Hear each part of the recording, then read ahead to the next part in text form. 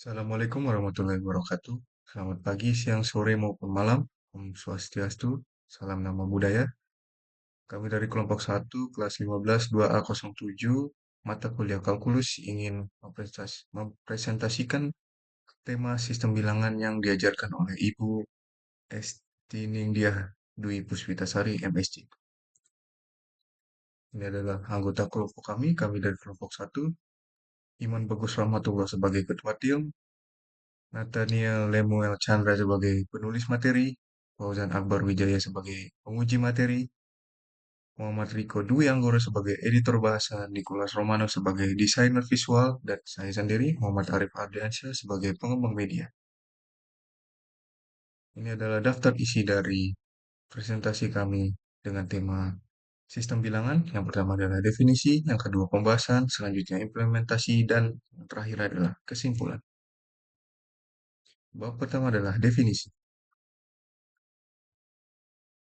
Pengertian sistem bilangan. Sistem bilangan adalah cara untuk mengelompokkan dan menyusun bilangan berdasarkan sifat-sifat dan aturan opsinya.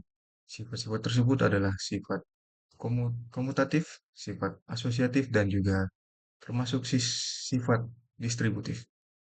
Sistem bilangan termasuk ke dalam salah satu dasar logika matematika yang digunakan untuk memahami struktur angka, operasi, serta hubungan antara nilai dalam berbagai cabang matematika, termasuk dalam mata kuliah kami kalkulus 1. Ini adalah struktur sistem bilangan.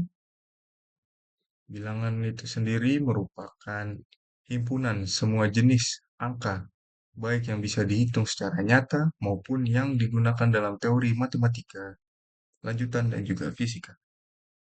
Bilangan kompleks gabungan dari bilangan imajiner dan bilangan real. Bilangan imajiner adalah bilangan yang mengandung i. Contohnya adalah i itu sendiri, 2i, dan juga 3 plus i. Bilangan real, semua bilangan yang bisa ditunjukkan pada garis bilangan. Contohnya adalah minus 5, 0, 3,14, dan juga akar 2. Di dalam bilangan real ada bilangan irasional dan bilangan rasional. Bilangan irasional adalah bilangan yang tidak bisa dinyatakan dalam bentuk pecahan, desimalnya tidak berulang dan tidak berhenti. Contohnya adalah pi. Pi itu 3,14. Tapi jika diteruskan menjadi 3,141595 dan seterusnya.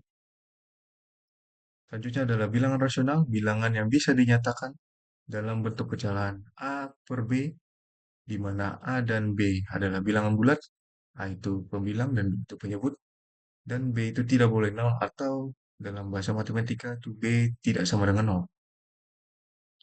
Selanjutnya, di dalam bilangan rasional ada bilangan pecahan. Bilangan pecahan termasuk bilangan rasional yang berbentuk seperti pecahan biasa seperti 3,14, 7 per 10, maupun 22 per 7 juga. Selanjutnya adalah bilangan bulat, bilangan yang tidak mengandung pecahan atau desimal. Contohnya adalah minus 3, 0, dan juga 5. Di dalam bilangan bulat terdiri dari bilangan bulat negatif, yaitu bilangan bulat yang kurang dari 0. Contohnya adalah minus 1, minus 5, bahkan minus 1000 juga termasuk dalam bilangan bulat negatif. Selanjutnya, di dalam bilangan bulat itu sendiri ada bilangan cacah. Bilangan cacah adalah bilangan bulat yang dimulai dari 0. Contohnya 0 sampai 10. Itu ada angka 0, 1, 2, 3, sampai 10. Itu termasuk dalam bilangan cacah karena ada dan atau dimulai dari 0. Bilangan cacah itu sendiri dibagi menjadi bilangan 0, itu bilangan netral, contohnya adalah bilangan 0 itu sendiri. Selanjutnya adalah bilangan asli, bilangan cacah tanpa 0. Misalkan ada angka dari 1 sampai 1000, 1, 2, 3 sampai 1000 itu adalah bilangan asli. Asal bukan ditambahkan dengan 0 itu bukan termasuk bilangan cacah, melainkan bilangan asli.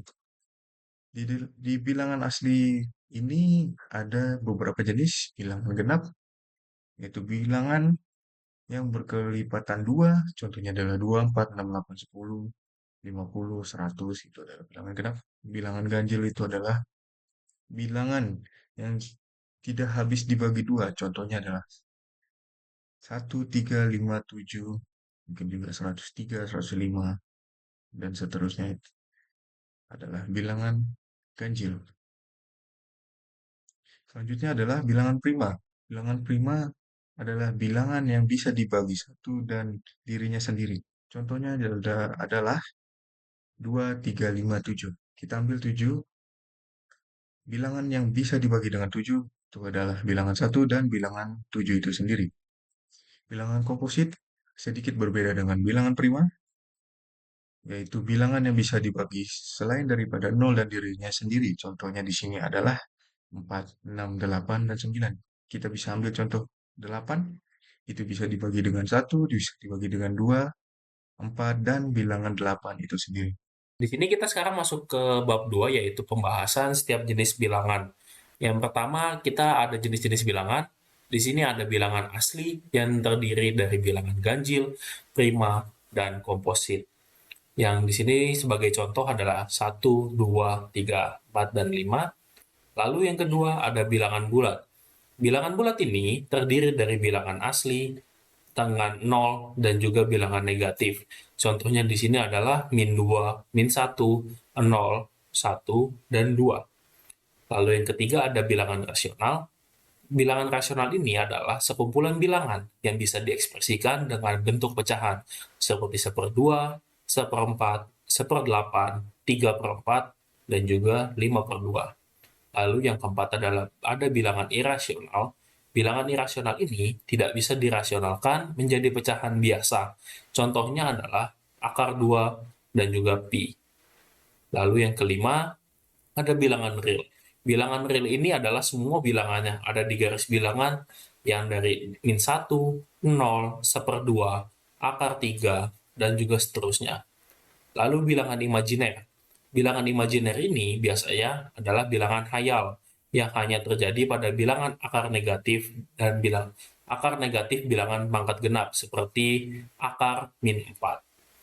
Lalu yang ketujuh ada bilangan kompleks.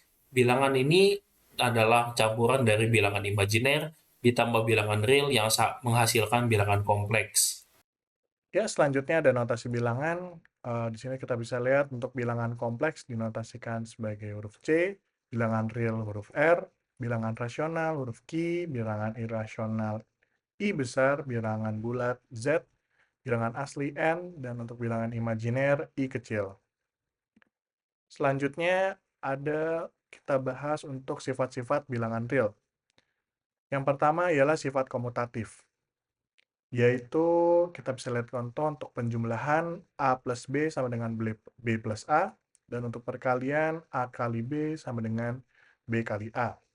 Kita bisa lihat di sini dari posisi bilangan itu sendiri, jika diubah maupun di depan atau maupun di belakang, hasilnya itu tetap sama. Lalu yang kedua ada sifat asosiatif. Sebagai contoh dalam penjumlahan, A plus dalam kurung B plus C sama dengan dalam kurung A plus B plus C. Nah, untuk perkalian ada A kali dalam kurung B kali C sama dengan dalam kurung A kali B kali C. Untuk kita lihat posisi dari kurung itu sendiri maupun di kanan atau di kiri itu hasilnya tetap sama. Lalu ada sifat distributif. Untuk yang pertama ada A kali dalam kurung B plus C, hasilnya sama dengan AB plus AC. Dan untuk A kali dalam kurung B minus C sama dengan AB minus AC. Selanjutnya ada sifat identitas yang keempat. Untuk penjumlahan, A plus 0 itu sama dengan A, K0 adalah identitas dari penjumlahan. Perkalian itu A kali 1 sama dengan A, K1 adalah identitas perkalian. Selanjutnya yang kelima ada sifat inverse. Untuk inverse penjumlahan, A plus minus A itu sama dengan 0, maka inverse penjumlahan dari A adalah minus A. Untuk inverse perkalian, A kali 1/A sama dengan 1. Maka inverse perkalian dari A adalah 1/A, dengan syarat A tidak sama dengan 0. Selanjutnya yang keenam, ada sifat lainnya, yaitu seperti contoh A kali minus B itu sama dengan minus A dikali B, sama dengan minus dalam kurung AB. Selanjutnya ada minus A kali minus B itu sama dengan AB. Karena dalam perkalian, minus ketemu minus menjadi positif. Lalu ada minus dikali minus A sama dengan A. Lalu yang ketujuh ada 0 dibagi A, itu sama dengan 0. Syarat untuk setiap bilangan A tidak sama dengan 0. A dibagi 0 itu sama dengan tak terdefinisikan. Lalu A dibagi A sama dengan 1. Dengan syarat untuk setiap bilang A tidak sama dengan 0. Lalu ada sifat-sifat urutan bilangan real. Yang pertama, trikotomi. Jika A dan B adalah suatu bilangan, maka pasti berlaku salah satu dari A kurang dari B, atau A lebih besar daripada B, atau A sama dengan B. Lalu ada transitif, jika A lebih kecil daripada B, dan B lebih kecil daripada C, maka A lebih kecil daripada C. Lalu ada adiktif, jika A lebih kecil daripada B, maka hubungannya bisa A plus C lebih kecil daripada B plus C. Lalu ada multiplikatif, misalkan C bilangan positif, A lebih kecil daripada B, maka AC itu lebih kecil daripada BC. Sedangkan bila C bilangan negatif, A lebih kecil daripada B, maka AC lebih besar daripada BC. Sekarang kita masuk ke pembahasan implementasi. Dalam pembahasan implementasi ini kita hadapi dengan beberapa soal dengan dua metode penyelesaian.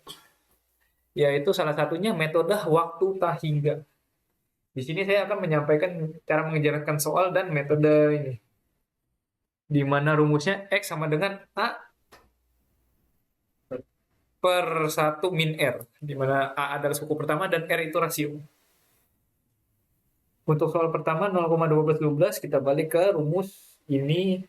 Mari kita kerjakan. Jadi untuk nomor 1 di mana 0,12 sampai tidak hingga, kita masukkan rumusnya dulu. X sama dengan A per 1 min R. A-nya kita masukkan suku pertama yaitu 0,12. Kita ganti dari desimal ke pecahan yaitu 100 karena 2 digit per 1 min rasionya yaitu 1 per 100. Kita kurangkan rasionya menjadi 99 per 100 dan 12 per 100.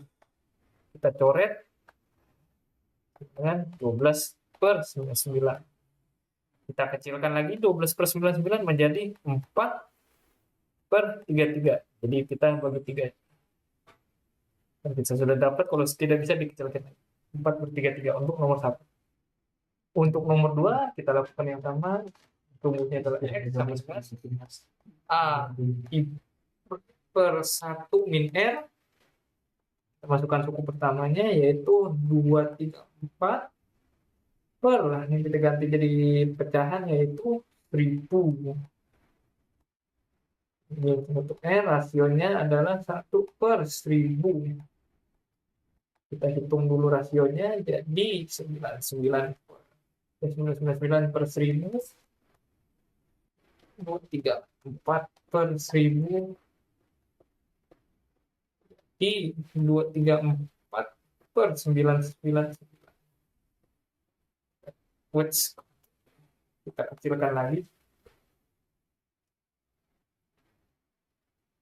78 per 333. Jadi tidak bisa dikecilkan lagi, ini jawaban. Oke, di sini kita akan masuk ke metode kedua dari sebuah penyelesaian cara membuat bilangan desimal berulang menjadi sebuah bilangan pecahan. Di sini saya akan menjelaskan dengan menggunakan metode Euler, yaitu dengan mengalihkan desimal berulang dengan 10 kali n, kemudian mengurangi desimal aslinya, lalu membagi hasilnya dengan 10 pangkat n dikurang 1. Ya, di sini ada 2 soal untuk mengubah bilangan desimal menjadi bentuk pecahan dengan metode Euler. Kita akan kerjakan dari soal yang pertama lalu masuk ke soal yang kedua. Oke, dari contoh soal pertama, kita ada suatu bilangan desimal berulang dengan angka 0,45674567457. Di sini kalau kita lihat ada sekitar 4 angka yang diulang, yang berarti dengan definisi yang tadi kita harus mengalikannya dengan 10.000 karena ada 4 bilangan jadi 10.000. Kita masuk sini 10.000 X berarti 10.000 dikali dengan soal, kita kalikan hasilnya menjadi 4567 4567 4567. Lalu kita buat dengan X yang biasa mengikuti contoh soal 4567 4567. Setelah kita mendapati kedua hasil ini, kita akan kurangkan 10.000 X dikurang X, hasilnya adalah 9.999 X, yang berarti 4567,4567 hingga dengan 0,45674567 hingga dikurang menyisakan 4.567. Di sini kita tinggal cari X-nya. Kita tinggal cari X-nya, berarti 4567 per 999. Ini adalah tidak bisa dibagi ya. Jadi hasil tetapnya itu adalah 4.567 per 9.999. Itu untuk contoh soal pertama, yaitu 0,45674567 tadi. Kita langsung masuk ke contoh soal yang kedua. Contoh soal yang kedua atau yang terakhir dari contoh soal metode Euler, kita mendapati ada soal bilangan desimal berulang yaitu 0,12345345345. Kita lihat di sini ada sedikit perbedaan, yaitu ada sekitar 2, yaitu 1 dan 2 ini ya angka pengganggu karena angka sisanya itu sama, pengulangan 3 angka.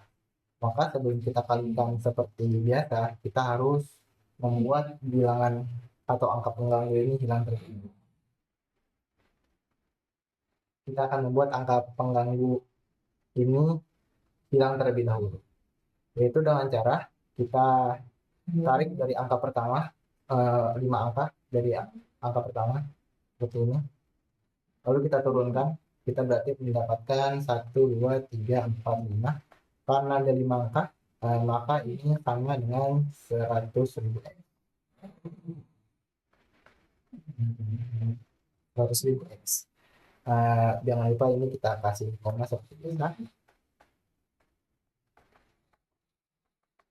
Lalu untuk X-nya itu adalah kita ambil dari angka pengganggu yaitu 1, 2, atau 12, baru mengikuti kitanya 3, 4, 5, 3, 4, 5. Karena ininya ada 2 angka, berarti ini setara dengan 100 X. Lalu kita tinggal kurangkan seperti biasa. Kita mulai pengurangan dari X-nya terlebih dahulu. Sekarang kita mulai kepada pengurangannya. Kita mulai dulu dari X. 100.000 X dikurang 100 X menyisakan 99.900. Maaf, 99.900 X. Lalu pengurangannya desimalnya 2345,345,345 dikurang 12,345,345. Kita kurangkan 45 dikurang 12 menyisakan 33. Lalu 1, 2, 3. Nah, seperti ini. Lalu seperti biasa kita tinggal cari X-nya. Berarti 12.333 per 99.900. Ini bisa diperkecil dengan kita membagikan dengan 3 yang menghasilkan ini menjadi 4.111, lalu ini menjadi 300.333.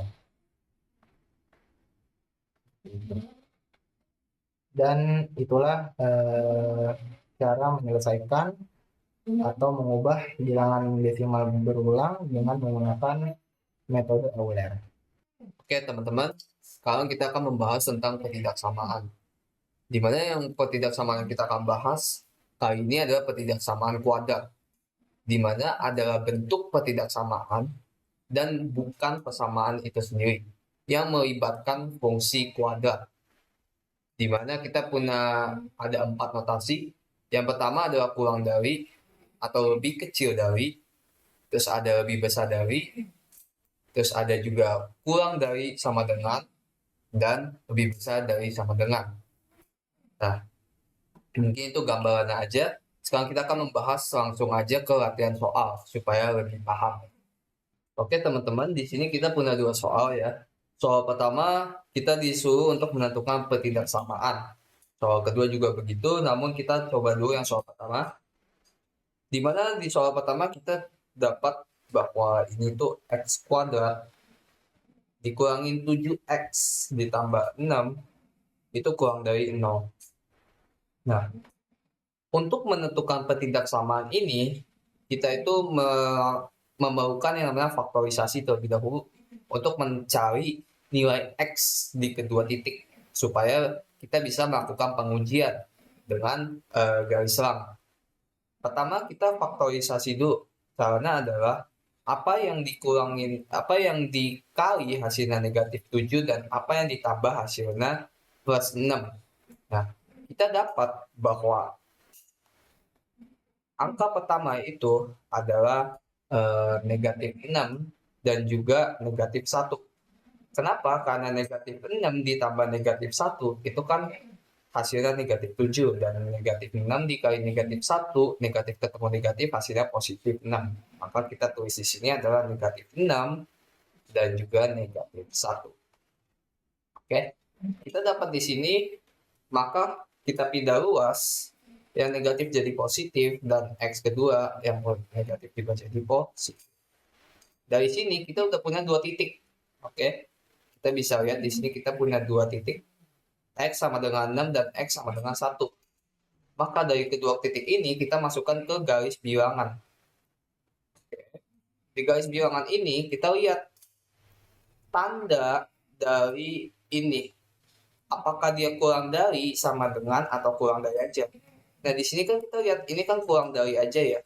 Karena kurang dari, maka titik naik itu kosong. Sorry, salah. Titik naik ini kosong. Begitu juga dengan yang samping, kita juga kosong. Titik pertama kita lihat angkanya 1 kan, 1 lebih kecil dari 6, maka 6 yang di kanan. Kita tarik garis ke atas, kita tarik garis ke atas. Sorry, garis samping. Dari sini kita punya 2 titik, maka kita ingin menentukan ke arah manakah atau arah bagian manakah yang di AC. Kita lihat di sini kita akan melakukan yang namanya pengujian.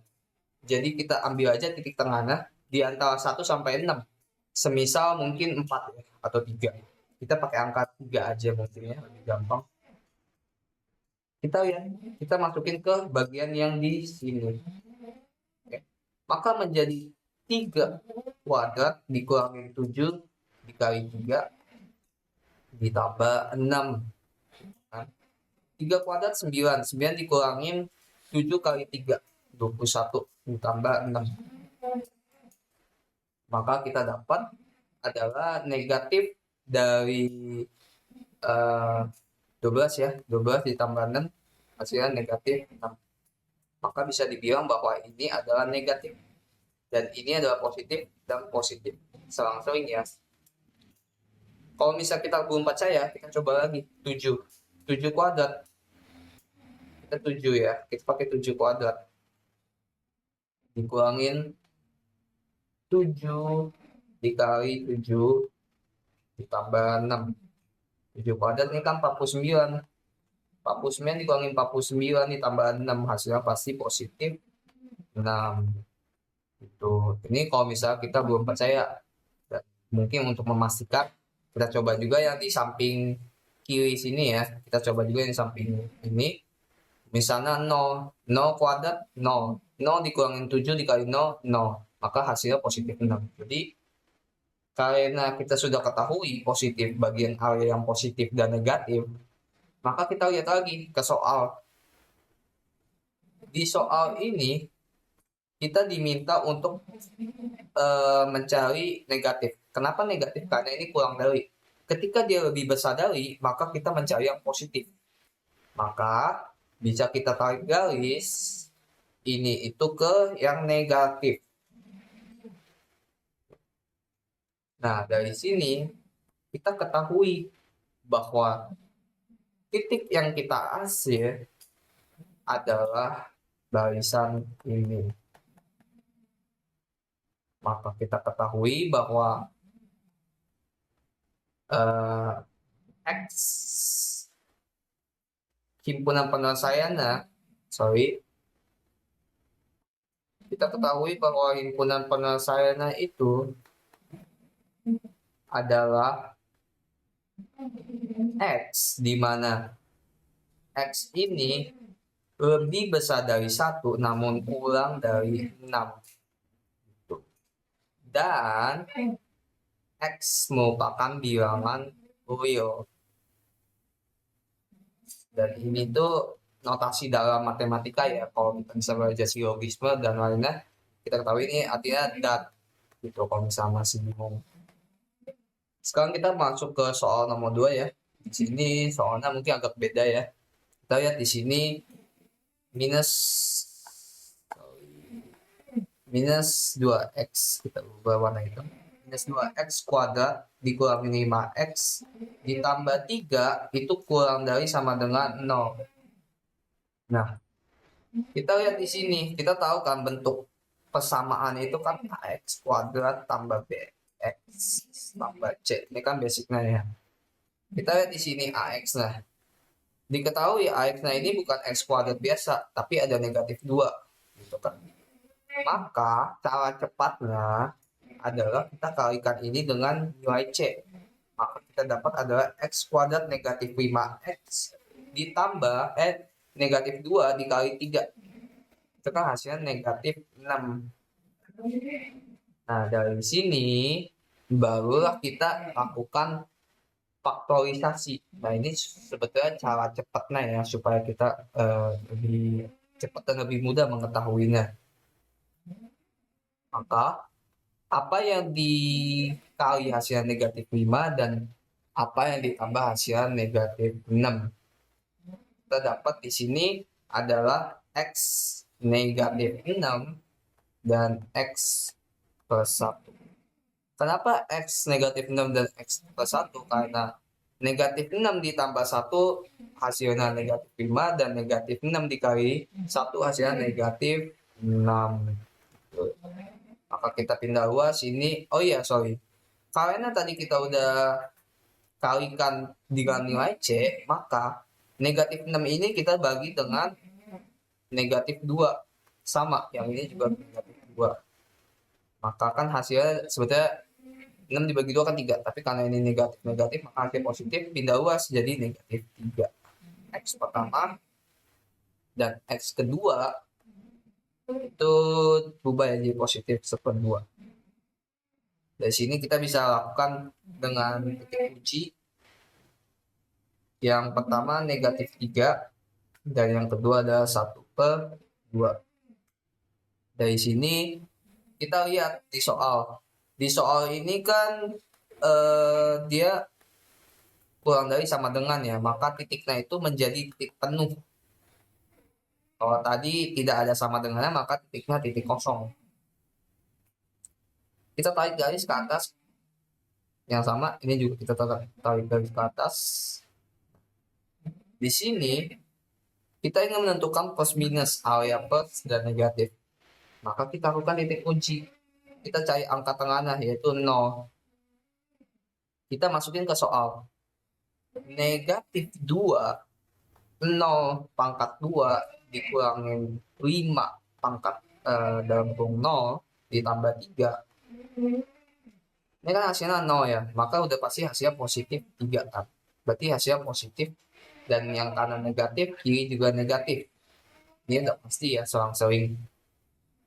Maka sebetulnya ini kita bisa tarik garis, tapi mungkin kita kurang percaya kayak tadi. Kita pakai angka 1. Kita masukin 1 ke sini, negatif 2 dikurangin negatif 5, hasilnya negatif ya, negatif 7 ditambah 3, negatif 4, hasilnya negatif. Itu. Jadi ini udah rumus pasti ya soal ini. Terus kalau misal kita coba lagi ganti dengan mungkin negatif 4, kita coba negatif 4, negatif 4. Negatif 2 dikali negatif 16 itu kan positif 16 hasilnya negatif 32. Negatif 32 dikurangin 5 dikali negatif 4 kan. Maka kita dapat positif 20 ditambah 3. Hasilnya sama aja. Ya, minus 32, 12, negatif 9. Karena kita udah dapat, ini kan udah pasti negatif, negatif, positif. Kita lihat soal lagi. Di soal dikatakan bahwa nilainya itu kurang dari, maka kita cari yang negatif. Kalau misalnya lebih besar, kita carinya yang ke positif. Maka kita tarik garis ke negatif. Ini juga ke negatif.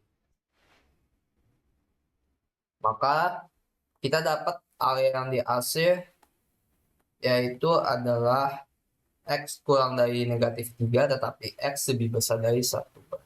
Maka bisa ditulis sebagai himpunan penyelesaiannya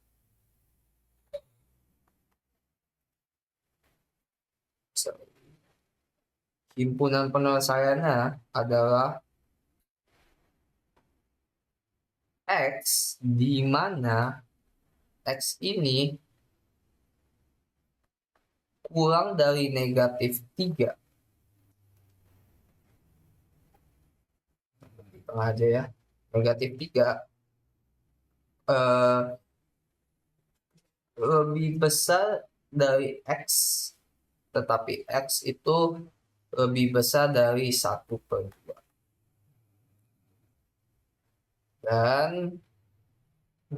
Dan X merupakan bilangan.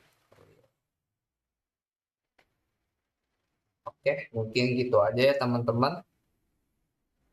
Untuk penjelasan latihan soal dari ketidaksamaan. Oke, kita lanjut ke kesimpulan. Jadi, dalam sistem bilangan merupakan dasar logika matematis yang menjadi fondasi utama dalam pengembangan berbagai konsep matematika. Jadi, bisa dikatakan bahwa sistem bilangan ini adalah dasar dari segala dasar matematika ya. Karena dari pengenalan bilangan sebagai simbol jumlah dan urutan, lahirlah struktur-struktur yang lebih kompleks yang memungkinkan munculnya operasi-operasi lanjutan seperti deret waktu tak hingga, ada juga eksponen Euler, hingga ketidaksamaan kuadrat. Jadi ini sebagai fondasi kuat ya. Dengan sistem bilangan, matematika tidak hanya membahas hitungan dasar, tetapi juga membentuk kerangka berpikir logis yang terstruktur, yang menjadi landasan dalam analisis, kalkulus, dan berbagai cabang matematika lanjut lainnya. Terus, ya mungkin segitu aja teman-teman penjelasan kami hari ini, dan tunggu ikan lele. Thank you, Le.